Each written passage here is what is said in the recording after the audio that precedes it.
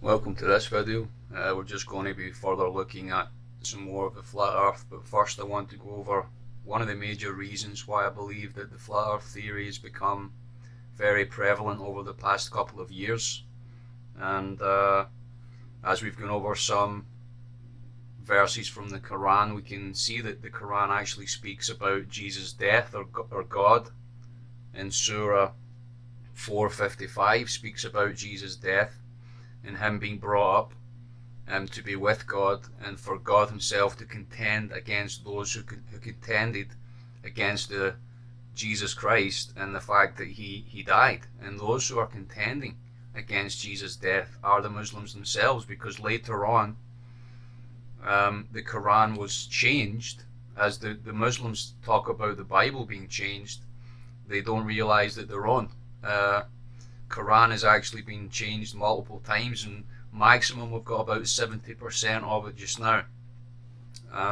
If any of the Bible has been changed, it's because of the Nestle's text and the other texts that have actually been rejected by the early church, but they're more prevalent today in Christianity. So you have to go to the Textus Receptus if you want 100% truth.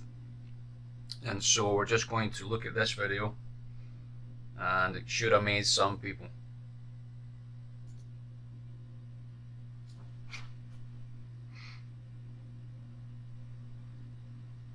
In what we can only conclude is one of the most bizarre reports ever circulated in the Kremlin, the Ministry of Defense, MOD, is reporting today that the global leader of the Russian Orthodox Church, Patriarch Kirill of Moscow, arrived in Antarctica earlier today, where he joined up with the vast Federation naval armada transporting from Saudi Arabia the mysterious Ark of Gabriel, entrusted to Russia's care by the custodian of the two holy mosques, and performed an ancient ritual over it.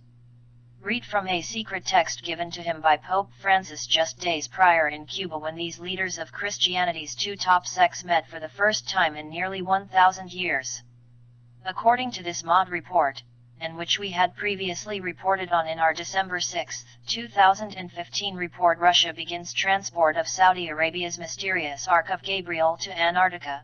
The mysterious Ark of Gabriel was first discovered in Mecca on September 12, 2015 by a construction crew tunneling under the Masjid al-Haram Mosque, Grand Mosque, and who, when attempting to unearth it, were all killed by a massive plasma emission that killed a further 107.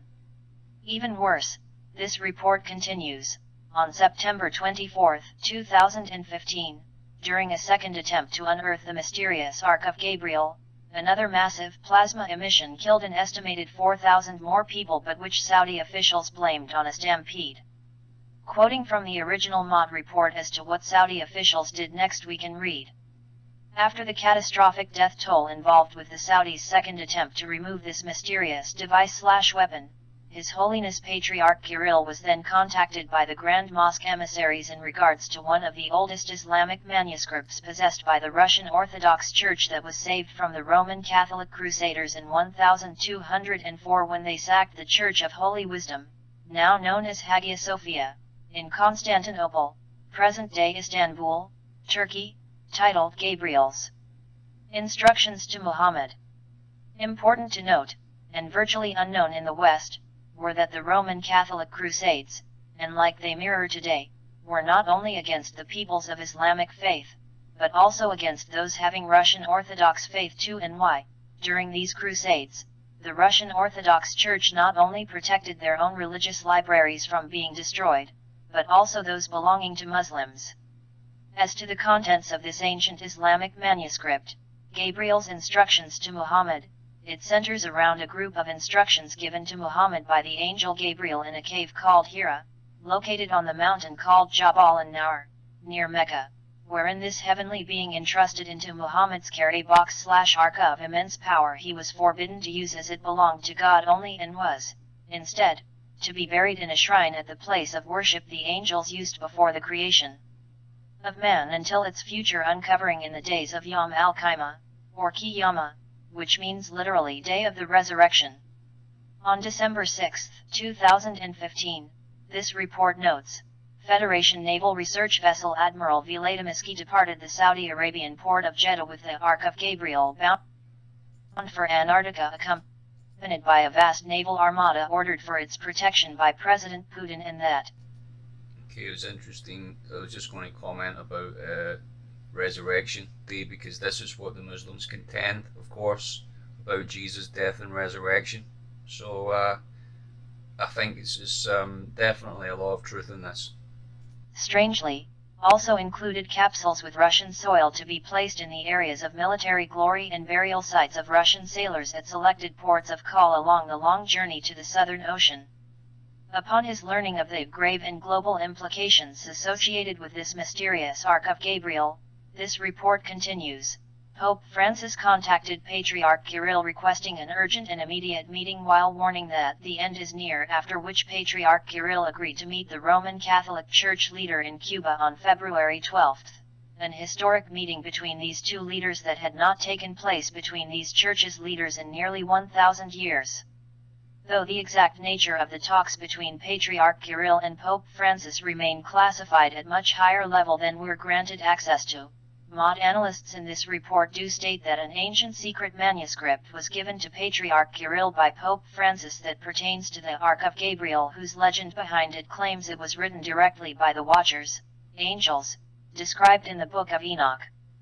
And just hours ago, this report concludes, Patriarch Kirill, while using this secret text given to him by Pope Francis, performed an ancient ritual over the Ark of Gabriel in the Russian Orthodox Holy Trinity Church, the only church in Antarctica, and where immediately thereafter this mysterious artifact was transported into the vast interior of this cold and foreboding continent by a highly specialized Spetsnaz, Special Forces, unit to a destination, and purpose, not identified by the mod. Okay, so yeah, it's explaining, I believe, what's besides the inner Earth, and besides Admiral Byrd speaking of a continent beyond Antarctica. That's the words that he used. And so either we've got an inner Earth, we've got a hollow Earth, we've got an inner Earth where you've got temperatures rising up until about the 60s or the mid 70s, as Admiral Byrd actually experienced. And the last video I posted was from a Latter-day Saint who died, who didn't actually make the journey to the North Pole to get to the other entrance of the hollow Earth. But what he said was that yes, there was conditions there which could easily support life, and it gradually curves right into the Earth. There's a hole at both of the poles, and the temperature increases. So very interesting. And then you've got this into the mix. Obviously we don't really know if this mysterious Ark of Gabriel was at all with the Russian forces. I mean, I could speculate that if it killed all these Muslims, then why is it now in Christian hands? Is it only because and I wouldn't even say that the Pope is a Christian, but certainly we know that Russia is standing up for biblical issues, and maybe at this moment God is favouring Russia because they've rejected the gay marriage laws and different other things. So it's possible that God allowed the Russians to take this ark somewhere. It's possible. The book of the courses of the heaven, the relations of each, according to their classes, their dominion, and their seasons. And so it's said that the Pope gave the Russian Orthodox leader a manuscript that was related to or from the Book of Enoch, but at the moment we have the Oxford Press edition of the Book of Enoch, which was discovered by a Scotsman about just after they had the King James Bible, but it's in the King James Bible Apocrypha now, the Book of Enoch, and I do hold some credence to it. If I'm telling you that there's some things in the Quran that speak about Jesus that could be perceived as being true because they don't contradict what we have in the Bible, then there's truths in this book as well. So you can't just discount these ancient books. It's probably the most ancient piece of manuscript scripture in the world, the Book of Enoch. According to their names and places of origin, and according to their months, which Uriel, the holy angel, who is with me, who is their guide, showed me. And he showed me all their laws exactly as they are, and how it is with regard to all the years of the world, and unto eternity, till the new creation is accomplished, which dureth till eternity. And this is the first law of the luminaries. The luminary, the sun, has its rising in the eastern portals of the heaven, and its setting in the western portals of the heaven. Now, this is good. I mean, this is fine. But what seems to happen is that they have a rotating ceiling of stars, and where even the sun and the moon are spun around the earth like a wheel. And for me, as you can see here, if the sun is rising in the east, which I'm not even sure on this map that if it is the east, I mean, if this is Africa and Russia, the east would be over here, it wouldn't be up there, that's the north, you see. So this isn't accurate. And there's so many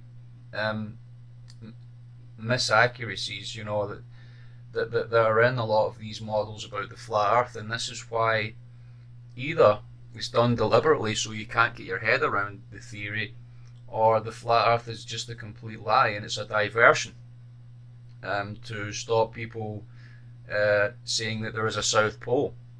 Okay, it's just come out the past couple of years when all these events have been happening, and they don't want people to believe there is a South Pole. They want you to believe that there's a wall of ice around here that you can't get past, which is not in the Bible. And Admiral Byrd and many other people, government officials, especially, the Germans, the Nazis had bases there before the Second World War. And yes, so this is the east. So in this model, they've got the sun coming up here. But the thing is that there's a wheel here and it spins round and then sets. So in the sky, this doesn't happen. You can't observe the sun rising and then hitting a wheel and then spinning round this direction and then till it gets to here and then just setting there. That's not what happens. And I would speculate that if the flat earth model is correct, what you would have here is a roulette type wheel of the flat earth, where you've got the sun and moon, just like the silver ball that's used in the roulette wheel, and it's the earth itself that spins round. I hear all the flat earthers say, well, how can the round earth be going round the sun at 60,000 miles an hour, and how can it be spinning round at several thousand miles an hour? Well, I think the only concept that would work here is if it was a flat earth and it actually spun round as well, and this would give the effect that the stars are moving. I think the stars are, well, let's just further see what this video has to say. And I saw 6 portals in which the sun rises, and 6 portals in which the sun sets, and the moon rises and sets in these portals, and the leaders of the stars and those whom they lead, 6 in the east and 6 in the west, Is it spinning wheel? and all following each other in accurately corresponding order. Also many windows to the right and left of these portals.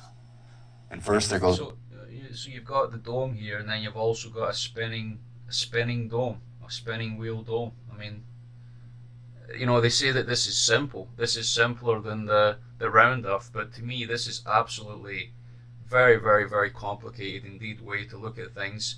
I'm not saying, again, no one can see with absolute certainty what shape the earth is and all of that, but this is not as simple as the spherical earth in the model we have just now. It's just not as simple as it's portrayed by the flat earthers. Goes forth the great luminary named the sun, and his circumference is like the circumference of the heaven, and he is quite filled with illuminating and heating fire. The chariot on which he ascends the wind drives, and the sun goes down from the heaven and returns through the north in order to reach the east. So what he's saying is that, again, when the sun rises here from the supposed east, and you've got this chariot here, which sort of catches the sun here. I suppose the sun's meant to sit in this little holder, this little platform here, and so that the chariot just carries the sun around it, and then it'll probably just empty it out down the west, and that's it setting again. What happens after that? Maybe it's like a pinball machine, and it just goes in here and then comes back up again like a pinball machine. That's the model that they're presenting to people. East, and is so guided that he comes to the appropriate portal and shines in the face of the heaven.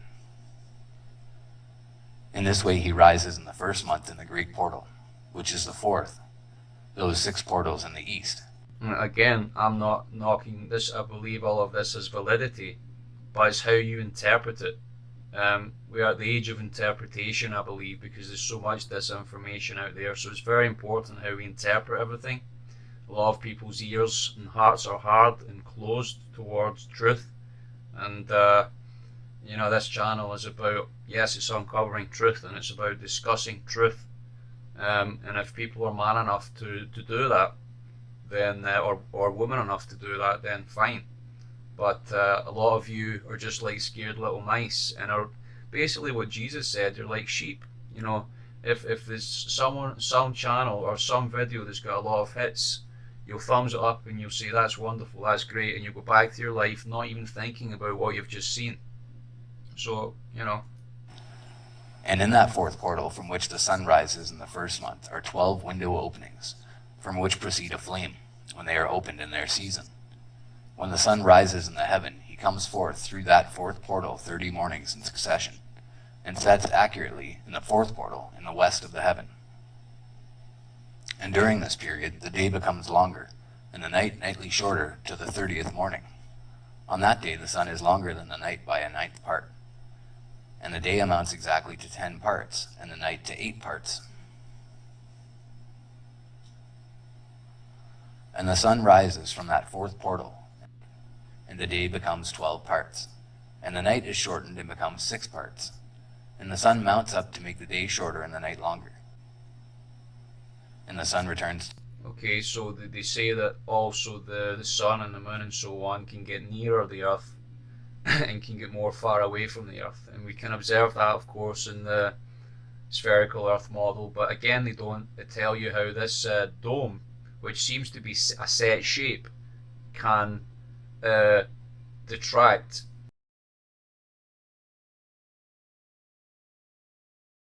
It seems to be a set shape. I mean, if you've got one of these glass shakers, it's impossible to press the dome further towards the flat surface, or it's impossible to prise the dome away from the top of it, otherwise you'll break it. So this is a very complicated model. I mean, they're saying it's easier to understand. No, it's not easier to understand. To the east and enters into the 6th portal, and rises from it and sets 30 mornings. And when 30 mornings are accomplished, the day decreases by exactly 1 part, and becomes 11 parts. And the sun goes forth from that 5th portal, and sets in the 5th portal of the west. Alright, so they're saying there's different levels here. I see this. So instead of the equinoxes, they've got different levels going up and down, according to the season or the time of year. Which to me, again, you see, if this is the sun and it's going around in a circle like this, then at night time in the other side of the world you should be able to see the sun as a star. But this has never ever been observed in the history of man, ever. But that's the model that they're suggesting. It's still to be proven. That's what I'm saying to flat earthers. It's all very well, anybody can pull a model out of anywhere and say that this is God's model, but it's got to be scrutinized. It's got to be tried and tested, and at the moment it doesn't add up. Okay, that's what I'm saying. Rises in the 4th portal for 1 and 30 mornings, on account of its sign, and sets in the west. On that day the day is equalized with the night, and becomes of equal length, and the night amounts to 9 parts, and the day to 9 parts. And the sun rises from that portal, in his return as often as he returns 60 times and rises, the great luminary which is named the sun, forever like and a ever. yin and yang. and that which thus rises. And this to me is like the roulette wheel. This to me, I would look more into this, that the flat Earth is spinning. I think that's a possibility, because it would make, I think it would make a smoother transition between the sun and the moon, and it wouldn't be changing directions as it is in this model. You know, you've got it rising up and then hitting this wheel at the top and then going round the arc of the top of the world, which no one has observed the sun, you know, rising up in one direction, going north, and then just suddenly taking off west somewhere or east. I mean, nobody's seen that, you know. It's the great luminary, and is so named according to its appearance, according as the Lord commanded. As he rises, so he sets, and decreases not. And again, all the flat Earth models seem to be two-dimensional, like we're little two-dimensional cardboard people down in the earth, and everything's two dimensions. We know we live in a three-dimensional world, you know, and physics explains that there's multiple different dimensions, fourth, fifth, sixth dimensions, and so on, which isn't explained in a flat Earth model. None of this is explained in their models because it doesn't cater for real physics. If you're a physician, I think that the flat Earth model is instantly just debunked, especially if you're into physics and you can explain the different dimensions. And rests not, but runs day and night, and his light is sevenfold brighter than that of the moon. But as regards size, they are both equal.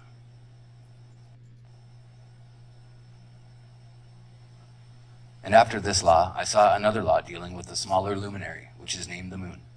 And her circumference is like the circumference of the heaven. And her chariot in which she rides is driven by the wind. And light is given to her in definite measure. And her rising and setting change every month. And her days are like the days of the sun.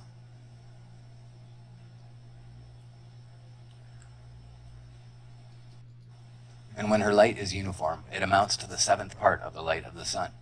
And thus she rises. And her first phase in the east comes forth on the 30th morning. And on that day she becomes... Okay, let's just play this part again. Something that I just picked up on there. And after this law, I saw another law dealing with the smaller luminary, which is named the moon. And her circumference is like the circumference of the heaven. And her chariot in which she rides is driven by the wind. And light is given to her in depth. And light is given to her. So again, flat earthers will say, well, you got to have the flat earth because, you know, it says in the Bible that the moon emits its own light, but it says here in the book of Enoch that light is given to her. That's why it's called the feminine, because it doesn't produce its own light. Okay, the masculine is the sun, just like you know, that you can't basically have life without the man, you know, type of thing. But so obviously in the present model, we have the light of the sun giving light to the moon in its different phases. That's the present understanding. But what a lot of flat earthers are saying is that the moon produces its own light, and it's, you know, but that's not what it said. Let me just play that again. The moon, and her circumference is like the circumference of the heaven. The chariot in which she rides is driven by the wind, and light is given to her in definite measure. Light is given to her in definite and her rising and setting change every month, and her days are like the days of the sun. You got the moon phases and here, on that which constitute, of course, the new moons and Sabbaths, which are spoken of right through she becomes Scripture. visible, and constitutes for you the first phase of the moon, on the 30th day together with the sun, in the portal where the sun rises. And the one half of her goes forth by a seventh part, and her whole circumference is empty, without light, with the exception of 1/7 part of it, the 14th part of her light. And when she receives 1/7 part of the half of her light amounts to 1/7 part and the half thereof. And she sets with the sun, and when the sun rises, the moon rises with him, and receives the half of 1 part of light, and in that night, in the beginning of her morning, in the commencement of the lunar day. Well, in this model anyway, they're saying the moon receives its light from the sun. So that's this is obviously a flat earther that's agreeing with the present conclusion, which is good. The moon sets with the sun, and is invisible that night with the 14 parts and the half of one of them. And she rises on that day with exactly a seventh part, and comes forth and recedes from the rising of the sun. And in her remaining days she becomes bright in the remaining 13 parts.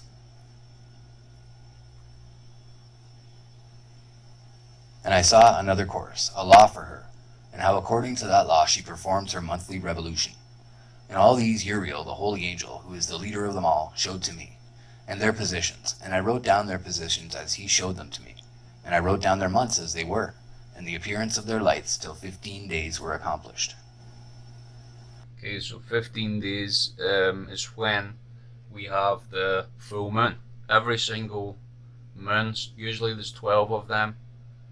On a leap year, there's sometimes 13, which is explained in this video. I'll leave a link to these videos, by the way, in the toolbar. But there's some lunar Sabbath keepers which keep the Sabbath on the 14th, but I keep on the 15th. As I did pray about it and asked the Lord that someone would teach me about it, and I did go to Carolina and meet this chap who knew quite a lot about it. So yeah, we have it on the 15th, and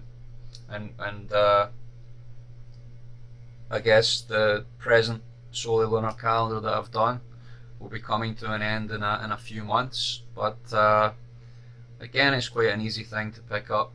I think there's a lot of information about it just now, so hallelujah. If any of you in the UK want to start a lunar Sabbath group, by all means let me know, and we can do something. Their laws and all their plagues and all their benefactions have I shown to thee, my son, Methuselah.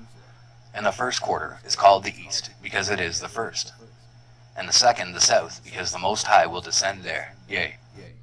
So that is kind of like a stroke wheel. Sorry, not a stroke wheel. It's like a roulette wheel there. I don't know what that's meant to be. Is it the North Star or something? I'm not sure, but the Earth is kind of like a roulette wheel in that model. There, in quite a special sense, will he who is blessed forever descend. And the west quarter is named the diminished, because there are all the luminaries of the heaven wane and go down. Face of the heaven. Okay, so again, flat earthers say, how can the Earth be round if it says in the Bible that the Earth is a face? Well, have you ever seen a flat face? I mean, your actual head is round, So don't be deceived by these sayings. Again,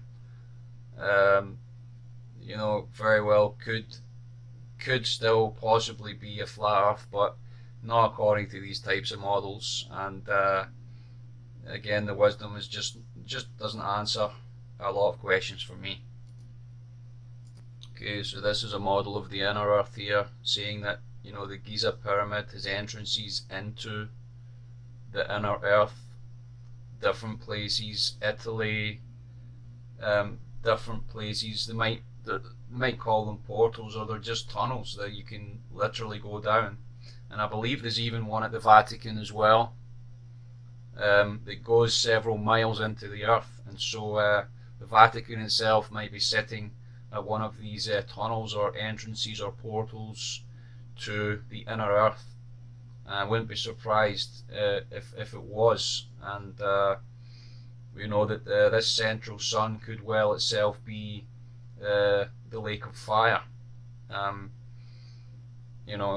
which at the moment is empty because it's actually been created for Satan and the fallen angels, so they've not actually been cast into the lake of fire yet.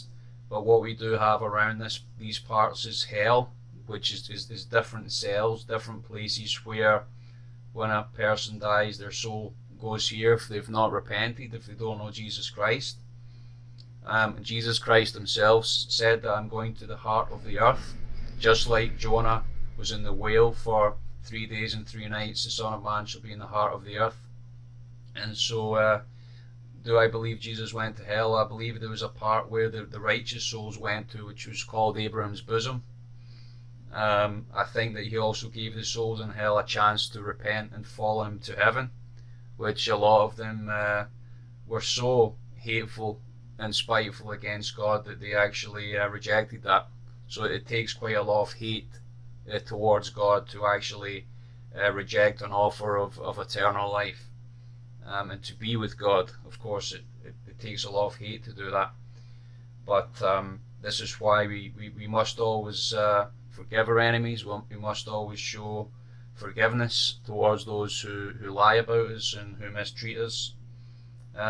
So that this Shambhala is what this inner earth is called. There's various cities meant to be within there. I do believe that there are probably a lot of Nephilim, large giant tribes in there. I don't think a lot of humans would survive in there. I think it's very hostile towards humans. You know, if there is such a thing as the reptilians, I'm quite certain that they're down there somewhere, probably around this area, you know, as you can see.